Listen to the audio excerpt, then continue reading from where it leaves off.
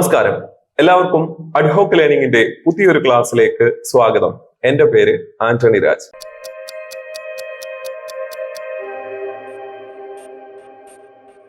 ഈ ക്ലാസ്സിൽ നമ്മൾ 2024 ജനുവരി മാസത്തെ കറണ്ട് അഫയേഴ്സിന്റെ സെക്കൻഡ് പാർട്ടാണ്. ആദ്യത്തെ ഭാഗം കണ്ടിട്ട് വേണം ഈ ഒരു ഭാഗത്തേക്ക് വരാൻ. നമുക്ക് എന്തായാലും ആദ്യത്തെ ചോദ്യത്തിലേക്ക് നോക്കാം. ഫ്രാൻസിന്റെ പുതിയ പ്രധാനമന്ത്രിയുടെ പേര് എന്താണ്?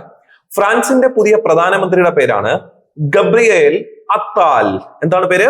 Gabriel Gabriel Gabriel Gabriel Gabriel Attal എന്നാണ് പേര്. ഗബ്രിയേൽ അത്താൽ. അത്താൽ ഫ്രാൻസിന്റെ പുതിയ പ്രധാനമന്ത്രിയുടെ പേര് പറയല്ലേ? ഗബ്രിയേൽ അത്താൽ എന്നാണ് പേര്.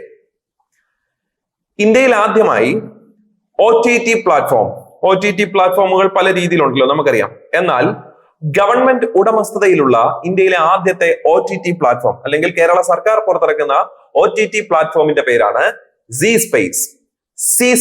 പഠിച്ചു വെച്ചോണം. സി സ്പേസ് ക്വസ്റ്റ്യൻ പേപ്പറിൽ വരാൻ സാധ്യതയുള്ള ഒരു ചോദ്യമാണ് സി സ്പേസ് എന്ന് പറയുന്നത്. ഓക്കെ, അടുത്ത പുരസ്കാരമാണ് ഓടക്കുഴൽ പുരസ്കാരം. ഓടക്കുഴൽ പുരസ്കാരം നേരത്തെയും ക്വസ്റ്റ്യൻ പേപ്പറുകളിൽ ഓടക്കുഴൽ പുരസ്കാരം ചോദിച്ചു കണ്ടിട്ടുണ്ട്. കൃത്യമായിട്ട് പഠിച്ചു വെക്കുക. 2023 ഓടക്കുഴൽ പുരസ്കാരം ലഭിച്ചത് ആർക്കാണ്? 2023 ഓടക്കുഴൽ പുരസ്കാരം ലഭിച്ചത് PN ഗോപികൃഷ്ണൻ. PN ഗോപികൃഷ്ണൻ അല്ലെ? അപ്പൊ ഇവിടെ കൃഷ്ണനുണ്ട്, ഓടക്കുഴലുണ്ട്. കൃഷ്ണനും ഓടക്കുഴലും ഉണ്ട്. ഓടക്കുഴൽ പുരസ്കാരം 2023 ലഭിക്കുന്നത് PN ഗോപികൃഷ്ണൻ. PN ഗോപികൃഷ്ണൻ. കൃതിയാണ് കവിത മാംസഭോജിയാണ്. കവിത മാംസഭോജിയാണ്. അപ്പൊ PN ഗോപികൃഷ്ണൻ എന്ന പേരും പഠിക്കണം, കൃതിയുടെ പേരും പഠിക്കണം. കവിത മാംസഭോജിയാണ്. കവിത മാംസഭോജിയാണ്. കൃത്യമായിട്ട് പഠിച്ചു നോക്കുക. ഇത് 2023 കാര്യമാണ് പറയുന്നത്. 2023. 2022 ലഭിക്കുന്നത് ആർക്കാണെന്ന് ചോദിച്ചാൽ അംബികാസുധൻ മങ്ങാട്. അംബികാസുധൻ മങ്ങാട് 2022. അത് വേണേലും ക്വസ്റ്റ്യൻ പേപ്പറിൽ വരാം, അതുകൊണ്ട് അതോടെ നോക്കി വെക്കുക. 2022 ലഭിക്കുന്നത് അംബികാസുധൻ മങ്ങാട്. അംബികാസുധൻ മങ്ങാടിന്റെ കൃതിയുടെ പേര് പ്രാണവായു. പ്രാണവായു. അംബികാസുധൻ മങ്ങാടിന്റെ കൃതിയുടെ പേര് പ്രാണവായു. പ്രാണവായു. പ്രാണവായു പഠിക്കണം. പ്രാണവായു. വെറും വായു എന്ന് പഠിച്ചാൽ പോരാ, പ്രാണവായു എന്ന് തന്നെ പഠിക്കണം. പ്രാണവായു. പ്രാണവായു. അടുത്തത് 2021 ലഭിക്കുന്നത്, ഒരു വഴിക്ക് പോകുമ്പോ എല്ലാം ഒന്ന് പറയണം, അതുകൊണ്ട് പറയാണ്. 2021 ലഭിക്കുന്നത് സാറ ജോസഫിനാണ്. 2021 ലഭിക്കുന്നത് Sara Joseph. Already previous year question ആണ്, ഇനിയും വരാം. സാറ ജോസഫിനാണ്. കൃതിയുടെ പേര് ബുധിനി. ബുധിനി എന്നാണ് പേര്. ബുധിനി. സാറ ജോസഫിന്റെ കൃതിയുടെ പേരാണ് ബുധിനി എന്ന് പറയുന്നത്. അപ്പൊ ഇത്രയും നേരം നമ്മൾ പറഞ്ഞത് ഓടക്കുഴൽ പുരസ്കാരം. ഓടക്കുഴൽ പുരസ്കാരം. ഫ്രാൻസിന്റെ പ്രധാനമന്ത്രിയുടെ പേര് ഗബ്രിയേൽ അത്താൽ എന്നാണ്. കേരള ഗവൺമെന്റിന്റെ OTT പ്ലാറ്റ്ഫോമിന്റെ പേരാണ് സി സ്പേസ്. ഓടക്കുഴൽ പുരസ്കാരം 2023 PN ഗോപികൃഷ്ണൻ. കവിത മാംസഭുജിയാണ്.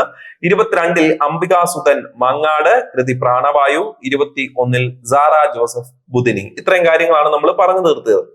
അടുത്ത പോയിന്റിലേക്ക് വരാം. നമ്മൾ ഇങ്ങനെ ഒരു പദ്ധതിയെ കുറിച്ച് കേട്ടിട്ടുണ്ട്, ചങ്ങാതി. ചങ്ങാതി അല്ലെ? ഇതര സംസ്ഥാന തൊഴിലാളികളെ മലയാളം പഠിപ്പിക്കുന്നതിനായിട്ട് ആരംഭിച്ച പദ്ധതിയായിരുന്നു ഏത്? ചങ്ങാതി എന്ന പദ്ധതി. ഇതര സംസ്ഥാന തൊഴിലാളികളെ മലയാളം പഠിപ്പിക്കുന്നതിനായിട്ട് ആരംഭിച്ച പദ്ധതിയുടെ പേരായിരുന്നു ചങ്ങാതി. ചങ്ങാതി പദ്ധതി കേരളത്തിൽ ആദ്യമായി നടപ്പിലാക്കിയത് എവിടെ? പെരുമ്പാവൂര്. പെരുമ്പാവൂര്. പെരുമ്പാവൂര്. ചങ്ങാതി പദ്ധതി കേരളത്തിൽ ആദ്യമായി നടപ്പിലാക്കിയത് പെരുമ്പാവൂരാണ്. അന്യ സംസ്ഥാന തൊഴിലാളികൾ ധാരാളം കാണുന്ന ഒരു സ്ഥലമാണ് പെരുമ്പാവൂർ. അപ്പം ചങ്ങാതി പദ്ധതി ആദ്യമായി നടപ്പിലാക്കിയത് പെരുമ്പാവൂരാണെന്ന് കൃത്യമായിട്ട് ഓർത്തു വെക്കുക.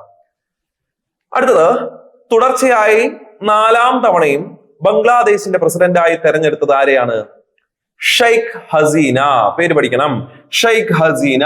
ഷെയ്ഖ് ഹസീന. തുടർച്ചയായി 4ാം തവണയും ബംഗ്ലാദേശിന്റെ പ്രസിഡന്റായി തെരഞ്ഞെടുക്കപ്പെട്ട വ്യക്തിയാണ് ഷെയ്ഖ് ഹസീന. ക്വസ്റ്റ്യൻ പേപ്പറിൽ വരാൻ സാധ്യതയുണ്ട്, ഒന്ന് നോക്കി വെച്ചോണം. ഷെയ്ഖ് ഹസീന. ഷെയ്ഖ് ഹസീന. അടുത്ത പോയിന്റ്, വീണ്ടും ഒരു പുരസ്കാരത്തിലേക്കാണ് വീണ്ടും പോകുന്നത്. പുരസ്കാരം ഇതാണ്, സ്വാതി സംഗീത പുരസ്കാരം. സ്വാതി സംഗീത പുരസ്കാരം.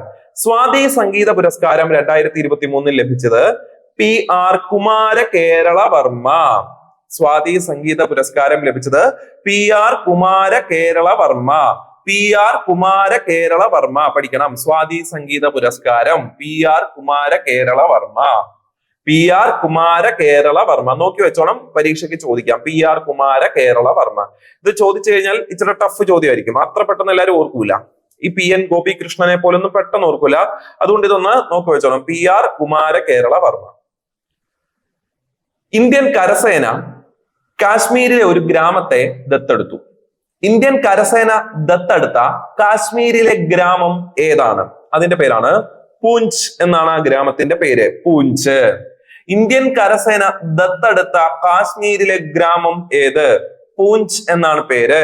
ഇന്ത്യൻ കരസേനാ ദിനം എന്ന് പറയുമ്പോൾ എന്താണ്? കരസേനാ ദിനം എന്ന് പറയുമ്പോൾ അത് ജനുവരി 15-ാം തീയതിയാണ് കേട്ടോ. കരസേനാ ദിനം എന്ന് പറയുന്നത് ജനുവരി 15-ആണ്. ഒന്ന് ഓർത്ത് വെക്കുക. കരസേനാ ദിനം ജനുവരി 15-ആണ്.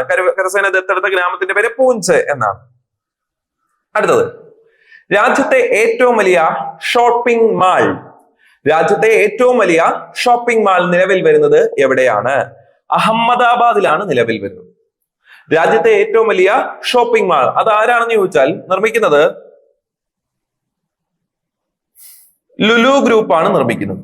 ലുലു ഗ്രൂപ്പാണ് നിർമ്മിക്കുന്നത്. രാജ്യത്തെ ഏറ്റവും വലിയ ഷോപ്പിംഗ് മാൾ നിലവിൽ വരുന്നത് അഹമ്മദാബാദിലാണ് നിർമ്മിക്കുന്നത് ലുലു ഗ്രൂപ്പാണ്. അതും അവിടെ ഓർത്തിരിക്കേണ്ട പോയിന്റ് ആണ്. ഇനി മറ്റൊരു പ്രധാനപ്പെട്ട മരണമാണ് ഇവിടെ അറിയിക്കാനുള്ളത്. ഡോക്ടർ പ്രഭ ആത്രേ അന്തരിച്ചു. ഡോക്ടർ പ്രഭ ആത്രേ അന്തരിച്ചു. ഡോക്ടർ പ്രഭ ആത്രേ അന്തരിച്ചു. പഠിക്കേണ്ട പോയിന്റ് ആണ്. ഡോക്ടർ പ്രഭ ആത്രേ ഏതു മേഖലയുമായി ബന്ധപ്പെട്ടിരിക്കുന്നു? ചോദ്യം വരാം, സാധ്യത കൂടുതലുള്ളതാണ്. ഹിന്ദുസ്ഥാനി സംഗീതം. ഡോക്ടർ പ്രഭ ആത്രേ അന്തരിച്ചു. ഏതു മേഖലയുമായി ബന്ധപ്പെട്ടതാണ്? ഹിന്ദുസ്ഥാനി സംഗീതം. രാജ്യത്തെ പത്മശ്രീ, പത്മഭൂഷൺ, പത്മവിഭൂഷൺ എന്നൊക്കെയുള്ള പുരസ്കാരങ്ങൾ നൽകി ആദരിച്ചിട്ടുള്ള ഒരു ഹിന്ദുസ്ഥാനി സംഗീതജ്ഞയാണ് പ്രഭ ആത്രേ എന്ന് പറയുന്നത്. പത്മശ്രീ ലഭിക്കുന്നത് 1990-ലാണ്. പ്രഭ ആത്രയ്ക്ക് പത്മശ്രീ ലഭിച്ച വർഷമാണ് 1990. പത്മഭൂഷൺ ലഭിച്ച വർഷമാണ് 2002. പത്മഭൂഷൺ ലഭിക്കുന്നത് 2002. പത്മവിഭൂഷൺ ലഭിക്കുന്നത് 2022-ലും.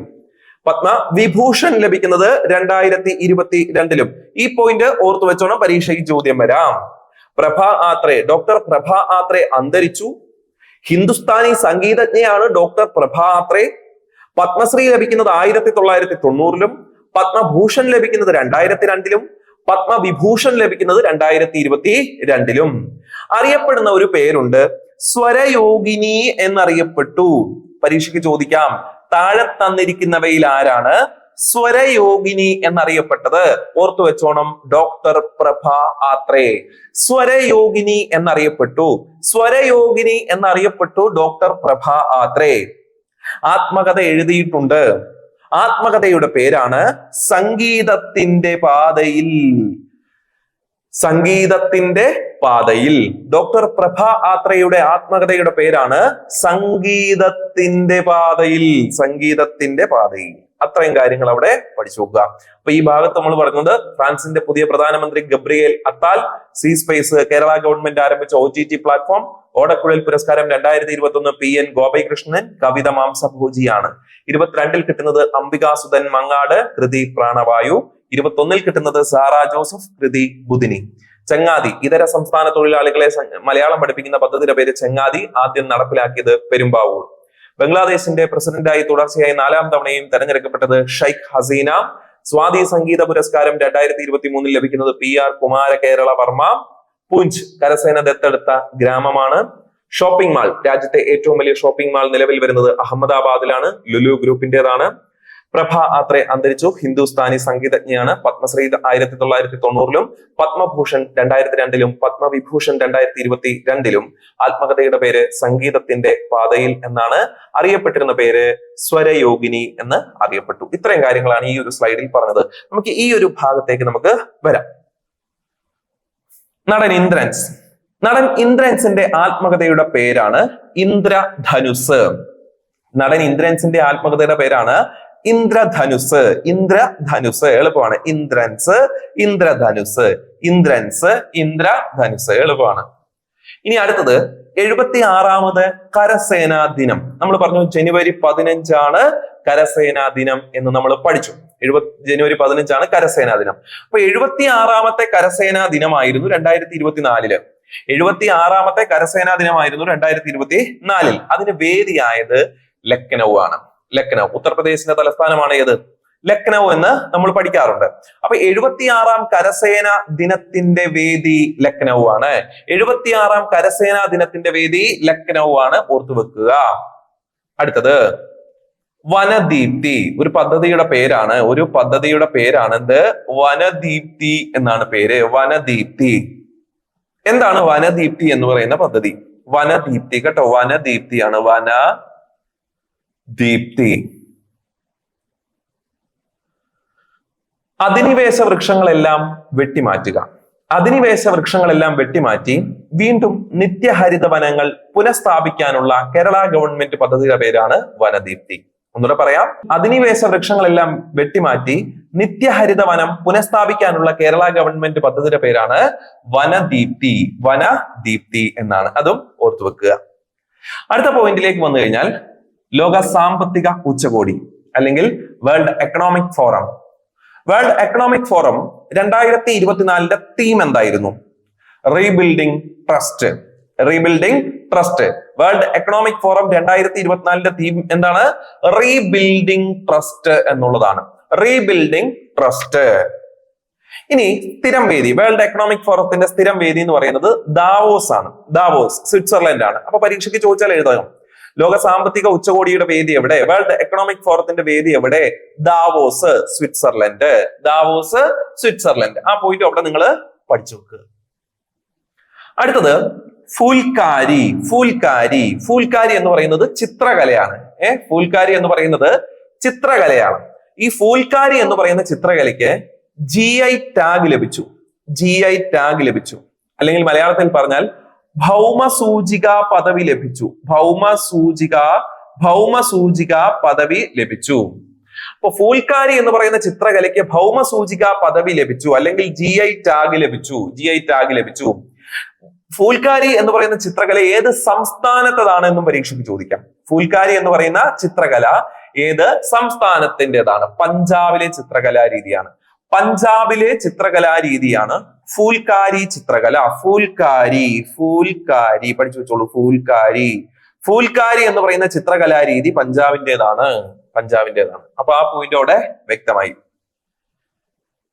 രാജ്യത്തെ ഡിജിറ്റൽ സാക്ഷരത കൈവരിച്ച ആദ്യത്തെ നഗരസഭ ഏതാണ്? സമ്പൂർണ്ണ ഡിജിറ്റൽ സാക്ഷരത കൈവരിച്ച രാജ്യത്തെ ആദ്യത്തെ നഗരസഭ ഏതാണ്? അതാണ് കൊട്ടാരക്കര. ഓർത്തു വെച്ചോളൂ. കൊട്ടാരക്കര നഗരസഭ എന്ത് കൈവരിച്ചു? ഡിജിറ്റൽ സാക്ഷരത കൈവരിച്ചു. അപ്പോൾ ഡിജിറ്റൽ സാക്ഷരത കൈവരിച്ച രാജ്യത്തെ ആദ്യത്തെ നഗരസഭയുടെ പേരാണ് സുഹൃത്തുക്കളെ കൊട്ടാരക്കര നഗരസഭ. കൊട്ടാരക്കര നഗരസഭ. പോയിന്റ് വ്യക്തമാണ്. അടുത്ത പോയിന്റ് ഭരണഘടനയുടെ ആമുഖം. നമുക്കറിയാം ഇന്ത്യൻ ഭരണഘടനയുടെ ആമുഖത്തിന്റെ ശില്പി ജവഹർലാൽ നെഹ്റു എന്നൊക്കെ നിങ്ങൾ കോൺസ്റ്റിറ്റ്യൂഷനിൽ പഠിക്കാറുണ്ട് അല്ലേ? നിങ്ങൾ അശ്വിൻ സാറൊക്കെ അതൊക്കെ പഠിപ്പിക്കാറുണ്ട്. അപ്പം ഭരണഘടനയുടെ ആമുഖം സ്കൂൾ പാഠപുസ്തകങ്ങളിൽ ഉൾപ്പെടുത്താൻ തീരുമാനിച്ച ഇന്ത്യയിലെ സംസ്ഥാനം ഏതാണ്? ഭരണഘടനയുടെ ആമുഖം സ്കൂൾ പാഠപുസ്തകങ്ങളിൽ ഉൾപ്പെടുത്താൻ തീരുമാനിച്ച ഇന്ത്യയിലെ സംസ്ഥാനം അത് കേരളമാണ്. കേരളം. ഭരണഘടനയുടെ ആമുഖം സ്കൂൾ പാഠപുസ്തകങ്ങളിൽ ഉൾപ്പെടുത്താൻ തീരുമാനിച്ച ഇന്ത്യയിലെ സംസ്ഥാനം കേരളമാണ്. പോയിന്റ് ഓർത്തു വെക്കുക. അടുത്ത പോയിന്റ്, നമ്മൾ ചന്ദ്രയാൻ ഒക്കെ വിക്ഷേപിച്ചത് അറിഞ്ഞു. ചന്ദ്രയാൻ 1, ചന്ദ്രയാൻ 2, ചന്ദ്രയാൻ 3 ഒക്കെ വിക്ഷേപിച്ചത് അറിഞ്ഞതാണ്. ചന്ദ്രയാൻ 3 ഒക്കെ നമ്മൾ പഠിച്ചിട്ടുണ്ട്. ചന്ദ്രയാൻ 3 നമ്മൾ പഠിക്കാറുണ്ട്. സോഫ്റ്റ് ലാൻഡിംഗ് നടത്തി അല്ലെ? ചന്ദ്രനിൽ സോഫ്റ്റ് ലാൻഡിംഗ് നടത്തിയ ലോകത്തിലെ 4ാമത്തെ രാജ്യവുമാണ് ഇന്ത്യ എന്നൊക്കെ പറയാറുണ്ട്. ചന്ദ്രനിൽ സോഫ്റ്റ് ലാൻഡിംഗ് നടത്തുന്ന 4ാമത്തെ രാജ്യം ഇന്ത്യ എന്ന് നിങ്ങൾ പഠിച്ചു. ഇതാ പഠിക്കുകയാണ് ചന്ദ്രനിൽ സോഫ്റ്റ് ലാൻഡിംഗ് നടത്തുന്ന 5ാമത്തെ രാജ്യം ജപ്പാൻ. കേട്ടോ, ചന്ദ്രനിൽ സോഫ്റ്റ് ലാൻഡിംഗ് നടത്തുന്ന 5ാമത്തെ രാജ്യം ഏത്? അത് ജപ്പാനാണ് സുഹൃത്തുക്കളെ. ജപ്പാൻ. ചന്ദ്രനിൽ സോഫ്റ്റ് ലാൻഡിംഗ് നടത്തുന്ന 5ാമത്തെ രാജ്യം ജപ്പാനാണ്. പോയിന്റ് വ്യക്തമാണ്. അടുത്ത പോയിന്റിലേക്ക് പോവാം. 6ാമത്തെ ഖേലോ ഇന്ത്യ യൂത്ത് ഗെയിംസിന്റെ വേദി എവിടെയാണ്? 6ാമത് ഖേലോ ഇന്ത്യ യൂത്ത് ഗെയിംസിന്റെ വേദി എവിടെയാണ്? തമിഴ്നാട്. ആറാമത് ഖേലോ ഇന്ത്യ യൂത്ത് ഗെയിംസ് 2024 2018 ഈ ഖേലോ ഇന്ത്യ യൂത്ത് ഗെയിംസ് ആരംഭിക്കുന്നത്. 2018 ഖേലോ ഇന്ത്യ യൂത്ത് ഗെയിംസ് ആരംഭിക്കുന്നത്. 2024 ആറാമത്തെ ഖേലോ ഇന്ത്യ യൂത്ത് ഗെയിംസ് ആണ്. ആറാമത് ഖേലോ ഇന്ത്യ യൂത്ത് ഗെയിംസിന്റെ വേദി തമിഴ്നാടാണ്. അഞ്ചാമത് ഖേലോ ഇന്ത്യ യൂത്ത് ഗെയിംസ് കൂടെ ഒന്ന് പറയുകയാണ്. 2023 മറ്റൊരു അവസരത്തിൽ വിട്ടുപോയാൽ ഇവിടെ ഉൾപ്പെടുത്തുകയാണ്. അഞ്ചാമത് ഖേലോ ഇന്ത്യ യൂത്ത് ഗെയിംസിന്റെ വേദി എന്ന് പറയുന്നത് മധ്യപ്രദേശ് ആയിരുന്നു. അഞ്ചാമത് ഖേലോ ഇന്ത്യ യൂത്ത് ഗെയിംസിന്റെ വേദി മധ്യപ്രദേശ് ആയിരുന്നു. ജേതാക്കളായത് മഹാരാഷ്ട്രയായിരുന്നു. കേരളത്തിന്റെ സ്ഥാനം ആറാമതായിരുന്നു. അത്രയും കാര്യം അവിടെ പഠിക്കുക. അഞ്ചാമത് ഖേലോ ഇന്ത്യ യൂത്ത് ഗെയിംസിന്റെ വേദി മധ്യപ്രദേശ്, ജേതാക്കൾ മഹാരാഷ്ട്ര, കേരളത്തിന്റെ സ്ഥാനം 6. ആറാമത് ഖേലോ ഇന്ത്യ യൂത്ത് ഗെയിംസിന്റെ വേദി തമിഴ്നാട്. അതാണ് ഇപ്പോൾ പഠിച്ചത്. ഓക്കെ, പറഞ്ഞ പോയിന്റ് അവിടെ വ്യക്തമാണെന്ന് വിചാരിക്കും. അടുത്ത പോയിന്റ്, നേതാജി സുഭാഷ് ചന്ദ്രബോസ് അല്ലെ, നമുക്കറിയാം നേതാജി സുഭാഷ് ചന്ദ്രബോസിന്റെ ജന്മദിനമാണ് ഇന്ന് ജനുവരി 23. നേതാജി സുഭാഷ് ചന്ദ്രബോസിന്റെ ജന്മദിനം ജനുവരി 23. ദേശീയ പരാക്രം ദിവസ്. ദേശീയ പരാക്രം ദിവസ് എന്ന് പരീക്ഷയ്ക്ക് ചോദിക്കാം. ജനുവരി 23. അടുത്ത പോയിന്റ്, ലോക ടെന്നീസ് റാങ്കിങ്ങിൽ ഒന്നാമതെത്തുന്ന ഏറ്റവും പ്രായം കൂടിയ താരം. ലോക ടെന്നീസ് റാങ്കിങ്ങിൽ ഒന്നാമതെത്തുന്ന ഏറ്റവും പ്രായം കൂടിയ താരമാണ് ആര്? രോഹൻ ബൊപ്പണ്ണ.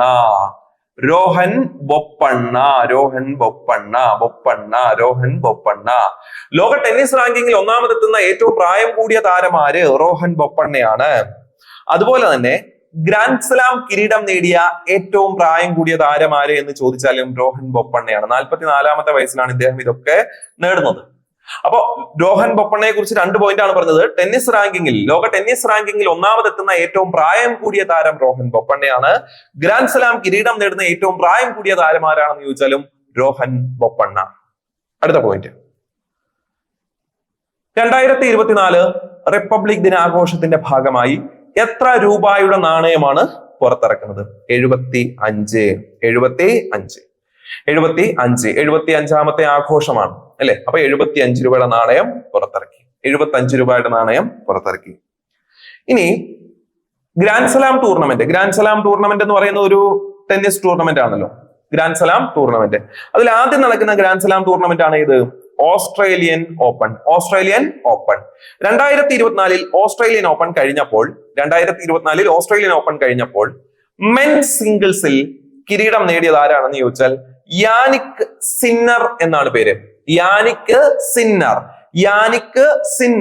മെൻ സിംഗിൾസിൽ കിരീടം നേടിയത് Jannik Sinner. Sinner is the winner. Jannik Sinner. Australian open men singles Jannik Sinner. Woman സിംഗിൾസിൽ കിരീടം നേടിയത് ആരാണെന്ന് ചോദിച്ചാൽ Aryna Sabalenka.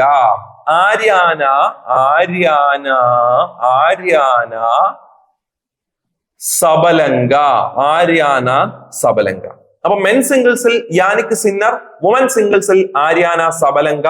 Australian open 2024 set ആണെന്ന് വിചാരിക്കുന്നു. അടുത്ത പോയിന്റ്, വീണ്ടും ഒരു പുതിയ മുഖ്യമന്ത്രിയുടെ പേരാണ്. ജാർഖണ്ഡിന്റെ മുഖ്യമന്ത്രിയുടെ പേരാണ് ചമ്പൈ സോറൻ. ജാർഖണ്ഡിന്റെ മുഖ്യമന്ത്രിയുടെ പേര് പഠിക്കണം. ചമ്പൈ സോറൻ എന്നാണ് പേര്, ജാർഖണ്ഡിന്റെ മുഖ്യമന്ത്രി. പിന്നെ നിങ്ങൾ വാർത്തകളിൽ കൂടി അറിഞ്ഞ ഒരു കാര്യമാണ്, തമിഴ് സിനിമാ നടൻ വിജയ് രാഷ്ട്രീയത്തിലേക്ക് ഇറങ്ങുന്നു അല്ലെ.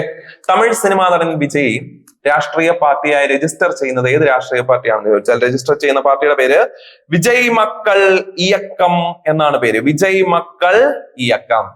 തമിഴ് സിനിമാ നടൻ വിജയ് രാഷ്ട്രീയ പാർട്ടിയായി രജിസ്റ്റർ ചെയ്യുന്നത് ഏത് രാഷ്ട്രീയ പാർട്ടിയാണെന്ന് ചോദിച്ചാൽ വിജയ് മക്കൾ ഇയക്കം. ഈ ഒരു ഭാഗത്ത് പറഞ്ഞത് ഇന്ദ്രൻസിന്റെ ആത്മകഥ ഇന്ദ്രധനുസ്. 76-ാം കരസേനാ ദിനത്തിന്റെ വേദി ലക്നൌ ആണ്. വനദീപ്തി എന്ന് പറയുന്നത് വീണ്ടും നിത്യഹരിത വനങ്ങൾ പുനഃസ്ഥാപിക്കുക, അധിനിവേശ വൃക്ഷങ്ങളെല്ലാം വെട്ടിനീക്കി. ആ പദ്ധതിയുടെ പേരാണ് Vanadeepthi. World economic forum 2024 theme rebuilding trust. സ്ഥിരം വേദി ദാവോസ് ആണ്, സ്വിറ്റ്സർലൻഡ് ആണ്. ഫുൽക്കാരി ചിത്രകല പഞ്ചാബിലേതാണ്. അതിന് GI ടാഗ് ഭൗമ സൂചിക പദവി ലഭിച്ചു. ഡിജിറ്റൽ സാക്ഷരത കൈവരിച്ച ഇന്ത്യയിലെ ആദ്യത്തെ നഗരസഭയാണ് കൊട്ടാരക്കര. സ്കൂൾ പാഠപുസ്തകങ്ങളിൽ ഭരണഘടനയുടെ ആമുഖം ഉൾപ്പെടുത്താൻ തീരുമാനിച്ച ഇന്ത്യൻ സംസ്ഥാനം കേരളമാണ്. ചന്ദ്രനിൽ സോഫ്റ്റ് ലാൻഡിംഗ് നടത്തുന്ന 5ാമത്തെ രാജ്യം ജപ്പാനാണ്. 4 ഇന്ത്യയായിരുന്നു. 6ാമത് ഖേലോ ഇന്ത്യ യൂത്ത് ഗെയിംസിന്റെ വേദി തമിഴ്നാട്, 5ാമത്തെ വേദി മധ്യപ്രദേശ് ആയിരുന്നു. കിരീടം നേടിയത് മഹാരാഷ്ട്രയും കേരളത്തിന് 6ാം സ്ഥാനവുമായിരുന്നു. പരാക്രം ദിവസ് ജനുവരി 23 നേതാജിയുടെ ജന്മദിനമാണ്. ടെന്നീസ് റാങ്കിങ്ങിൽ 1ാമതെത്തുന്ന പ്രായം കൂടിയ താരം രോഹൻ ബൊപ്പണ്ണ. ഗ്രാൻഡ് സ്ലാം കിരീടം നേടുന്ന ഏറ്റവും പ്രായം കൂടിയ താരം Rohan Bopanna. Australian open 2024 men സിംഗിൾസിൽ യാനിക് സിന്നർ, വുമൻ സിംഗിൾസിൽ ആര്യാന സബലങ്ക. 2024 റിപ്പബ്ലിക് ദിനാഘോഷത്തോടനുബന്ധിച്ച് എത്ര രൂപയുടെ നാണയമാണ് പുറത്തിറക്കുന്നത്? 75 രൂപ. ജാർഖണ്ഡിന്റെ പുതിയ മുഖ്യമന്ത്രിയുടെ പേര് ചമ്പൈ സോറൻ. വിജയുടെ രാഷ്ട്രീയ പാർട്ടിക്ക് നൽകിയ പേര് വിജയ് മക്കൾ ഇയക്കം എന്നാണ്. സോ 2024 ജനുവരിയുമായി ബന്ധപ്പെട്ട് പറഞ്ഞ അത്രയും കാര്യങ്ങൾ വ്യക്തമാണ് എന്ന വിശ്വാസത്തോടു കൂടി തൽക്കാലം അവസാനിപ്പിക്കുകയാണ്. എല്ലാവർക്കും നന്ദി.